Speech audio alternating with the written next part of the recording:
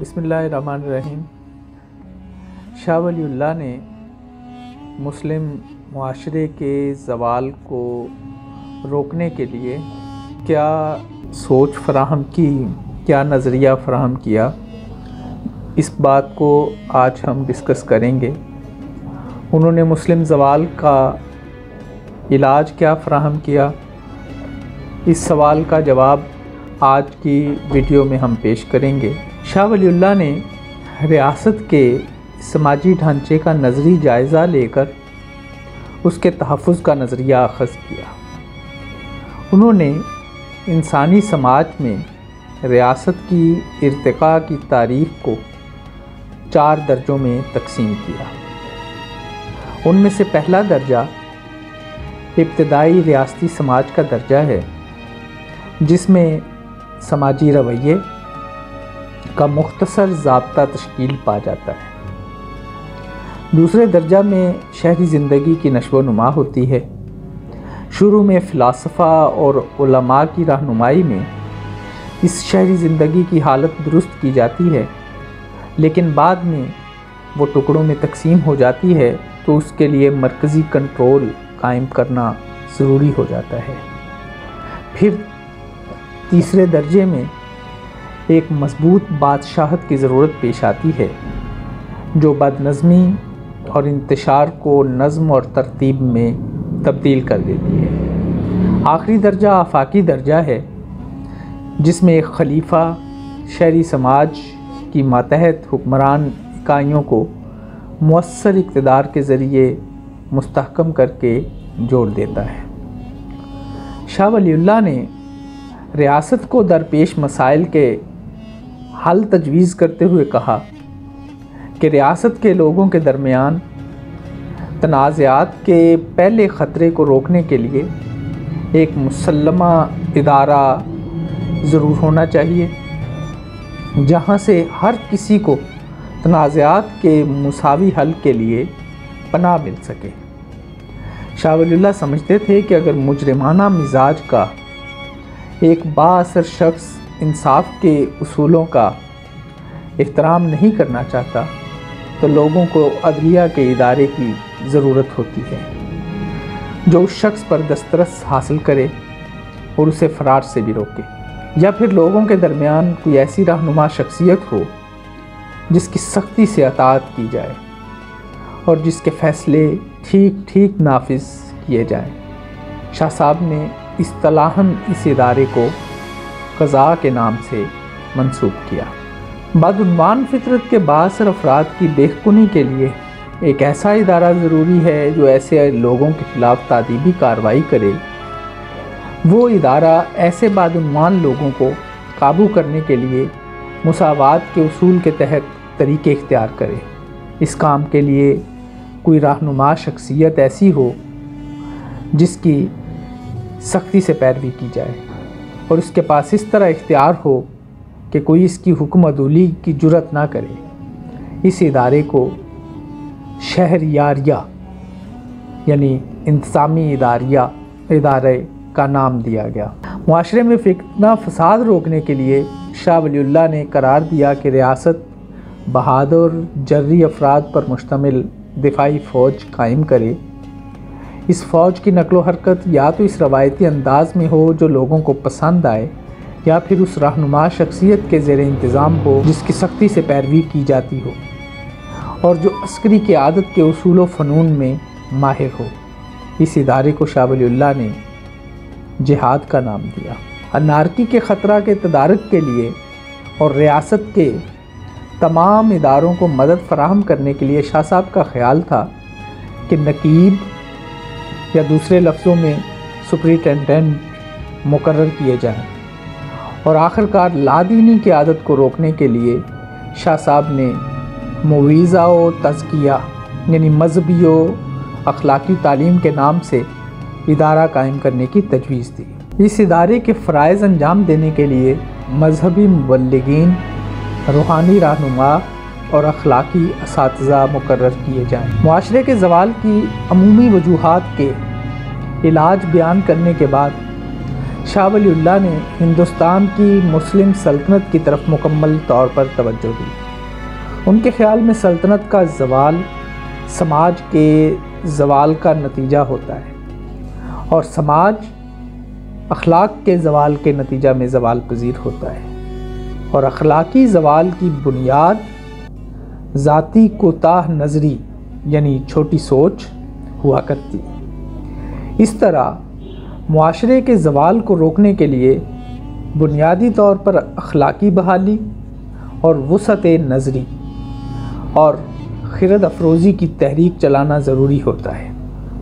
اس کے لیے شاہ صاحب نے محسوس کیا کہ پہلی ضرورت یہ تھی کہ مسلمانوں میں اتحاد کو بحال کیا جائے، جو بہت سی کشمکش کی وجہ سے ٹوٹ رہا تھا۔ ولی اللہ تحریک نے خود اسلام ہی سے عدم واقفیت کو ہندوستان کے مسلمانوں کے اخلاقی زوال کی بنیاد قرار دیا۔ تحریک نے سمجھا کہ قرآن کی تعلیمات پر زور دینے سے فرقہ وارانہ اختلافات میں کمی واقع ہوگی، اور اس سے استحکام اور اتحاد کے احساسات پروان چڑھیں گے، کیونکہ یہ اختلافات غلط توجیہات کا نتیجہ ہے۔ کیونکہ زیادہ تر لوگ عربی زبان سے ناواقف ہونے کی وجہ سے قرآن کو اچھی طرح سمجھنے کے قابل نہیں ہوتے، اور اوسط درجے کا مسلمان اسلام کے متعلق جاننے کے لیے مفتیوں، مولویوں اور صوفیوں کا سہارا لیتا ہے۔ ان لوگوں کی تعلیمات بہت زیادہ قابل قدر ہونے کے باوجود قرآن کے براہ راست علم کا نعم البدل نہیں ہو سکتے۔ اس لیے ولی اللہ تحریک کے رہنماؤں نے پہلے قرآن کا فارسی میں اور پھر اردو میں ترجمہ کیا، یعنی قرآن کو ان زبانوں میں عام کیا جن سے اس وقت کے تعلیم یافتہ طبقے واقف تھے۔ شاہ ولی اللہ کو اس بات کا شدید احساس تھا کہ مسلمانوں کے مختلف فرقوں کے درمیان چھوٹے اختلافات اپنے صحیح تناظر میں دیکھے جائیں۔ ان اختلافات کو ایک ایک کر کے زیر بحث لاتے ہوئے انہوں نے مختلف نقطہ نظر کے درمیان مفاہمت پیدا کرنے کی کوشش کی۔ قدیم سنی مسلمان 4 فقہی مکاتب کو تسلیم کرتے تھے، لیکن ہر مکتب فکر کے ماننے والوں میں دوسروں کے مذہبی فکر کی مذہبی وضاحتوں کے متعلق عدم برداشت پائی جاتی تھی۔ تشریح اور توضیح کے کام کی وضاحت کر کے شاہ ولی اللہ نے ان اختلافات کے بارے میں نرمی پیدا کرنے کی کوشش کی۔ مصلحت اور دانش مندی کا تقاضا تھا کہ شیعہ، سنی اور دیگر مکاتب فکر کے لوگ اور ان کے درمیان رواداری، برداشت اور اتحاد پیدا کیا جائے، تاکہ داخلی اور اتحاد اور اتفاقی خارجی خطرات کا سامنا کرنے کے قابل ہو۔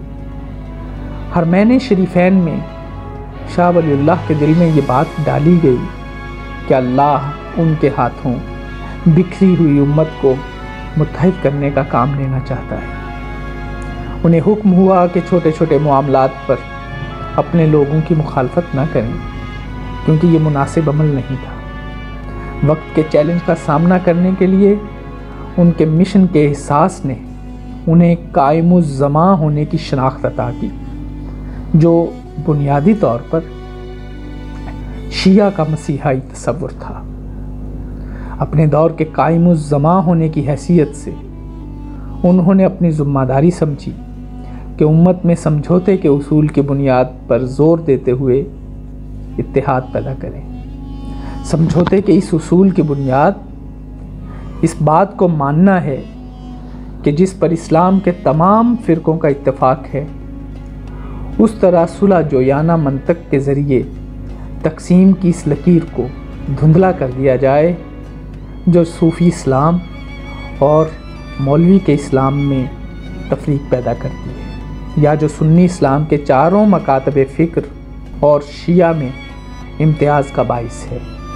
مزید برآں تقلید کی بجائے اجتہاد ایک ایسی بنیاد ہے جس کے ذریعے مذہب کی تجدیدی تفہیم یعنی سمجھ بوجھ ممکن ہے، کیونکہ تقلید فقہا کے متضاد خیالات میں سے کسی ایک کو لازمی درست ماننے پر مجبور کرتی ہے اور ترقی کا راستہ روک لیتی ہے۔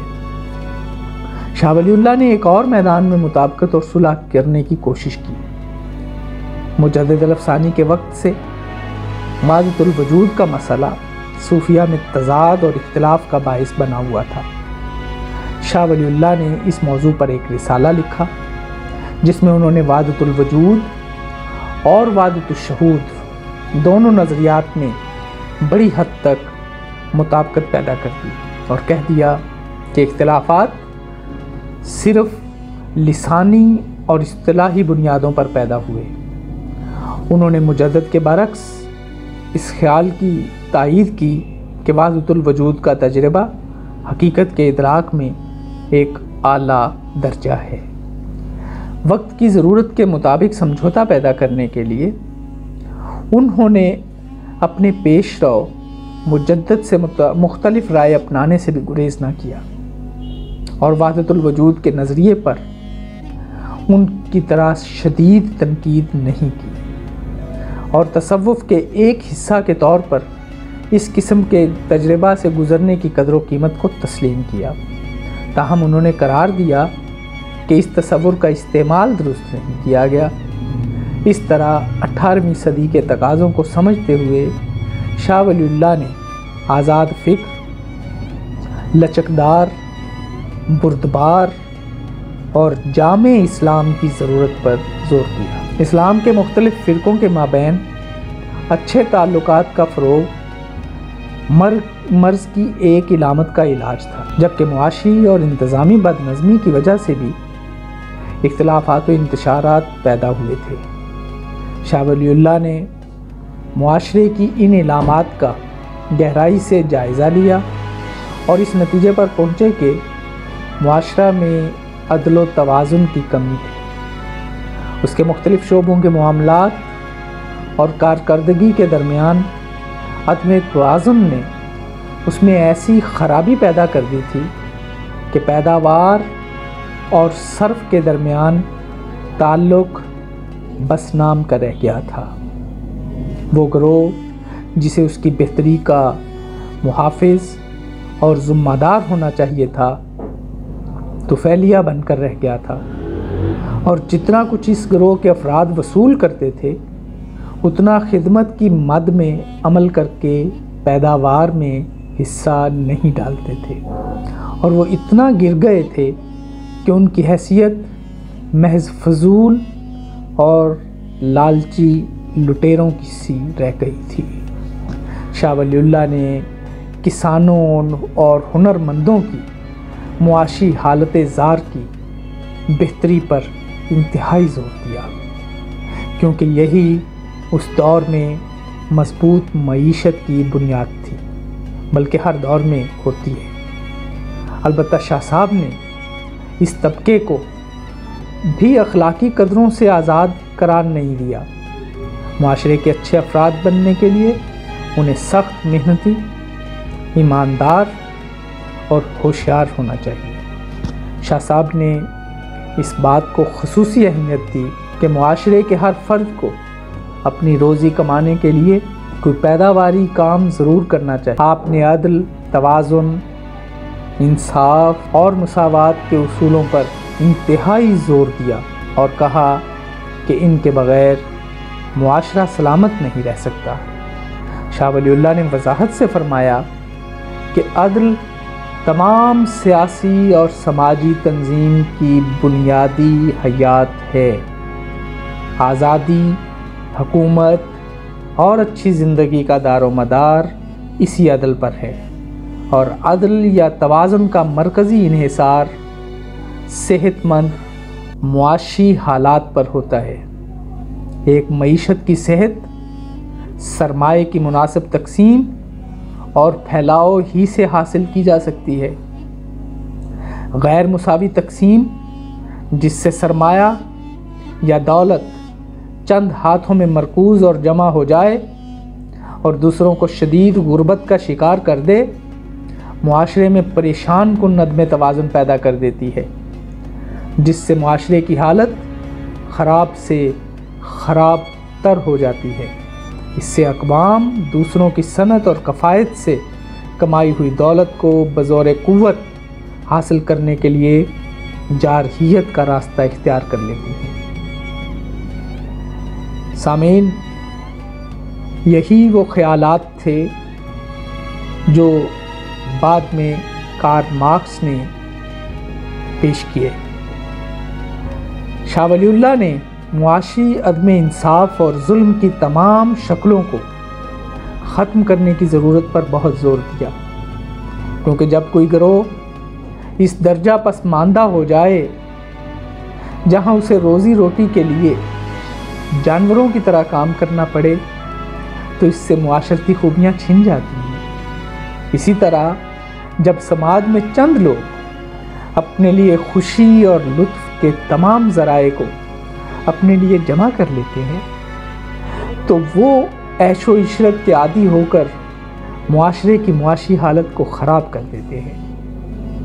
معاشی صحت کی بنیاد ایسا پیداواری کام ہے جو معاشرے کی جائز ضروریات کو پورا کرنے کے لیے کیا جائے۔ ایسے کام کے بغیر سماجی خوبیوں اور اچھائیوں کو برقرار رکھنا اور ان کا ارتقاء ناممکن ہے، کیونکہ جب تک ذہن معاشی پریشانی سے آزاد نہیں ہوتا اس سے اعلیٰ فکر اور مقاصد کی توقع کرنا محال ہے۔ شاہ صاحب کو واضح طور پر یقین تھا کہ ایسا معاشرہ روحانی ترقی کر ہی نہیں سکتا جہاں زندگی کے بنیادی ضرورتوں کے معاملے میں فاقے کی حالت ہو، یا جہاں معاشی توازن اور مساوات موجود نہ ہو۔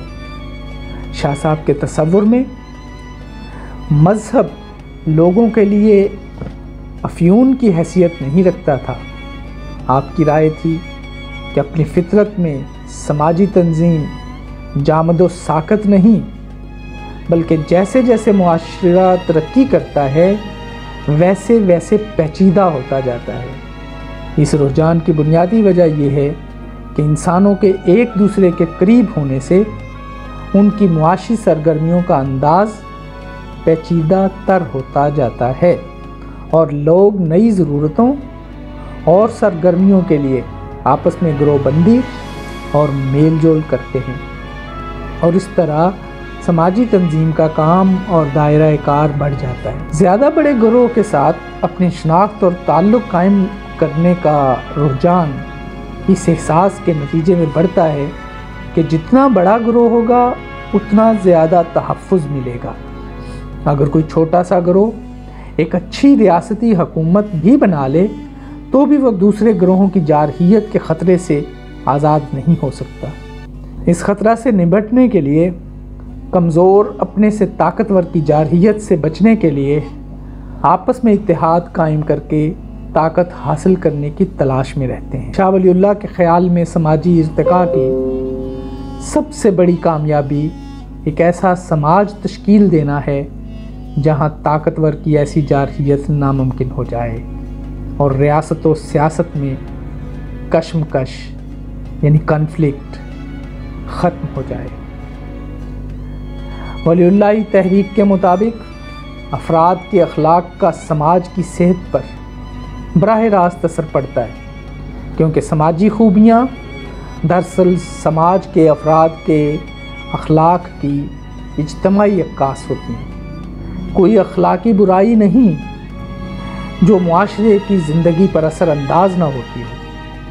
اگر کسی سماج کے اخلاقی قانون میں خرابی پیدا ہو جائے یا سماج میں عدم توازن پیدا ہو جائے یا غیر سماجی عناصر اس کی مؤثر تنظیم کو خراب کر دیں تو سماج میں بگاڑ پیدا ہو جاتا ہے۔ سماج کا توازن لالچ، ناانصافی، بیکاری اور دیگر معاشی اعمال و افعال کے نتیجے میں ولی اللہ تحریک نے اپنے پروگرام میں کچھ قلیل المدتی کام شامل کیے، یعنی مسلمانوں سے غیر اسلامی رواج ختم کیے جائیں جو مقامی آبادیوں کے ساتھ میل ملاپ کے نتیجے میں اختیار کر لیے گئے تھے۔ تحریک نے باور کیا کہ مسلم سماج کی صحت کا تقاضا تھا کہ اسلام جن قدروں اور اصولوں کا دعوے دار ہے وہ خارجی اثرات سے پاک اپنی اصل شکل و صورت میں برقرار رکھے جائیں۔ اس حوالے سے شاہ ولی اللہ اتنے محتاط تھے کہ وہ ایک مصنوعی رواج کو بھی برداشت کرنے کے لیے تیار نہ تھے۔ شاہ ولی اللہ مسلمانوں کی جداگانہ حیثیت کو برقرار رکھنے کے لیے فکر مند تھے، لہٰذا وہ لباس تک میں مقامی فیشن کو اختیار کرنے کے مخالف تھے۔ انہیں پسند نہ تھا کہ مسلمان جنوبی ایشیا کے ماحول کے رسوم و رواج کا حصہ بنے۔ اس کی بجائے وہ سمجھتے تھے کہ مسلمانوں کو دیگر مسلم علاقوں کے ساتھ اپنے تعلقات استوار کرنے چاہیے تاکہ ان کی پسندیدگی اور چاہت کے چشمے اسلام کے ساتھ جڑے رہیں۔ آپ کا بہت شکریہ۔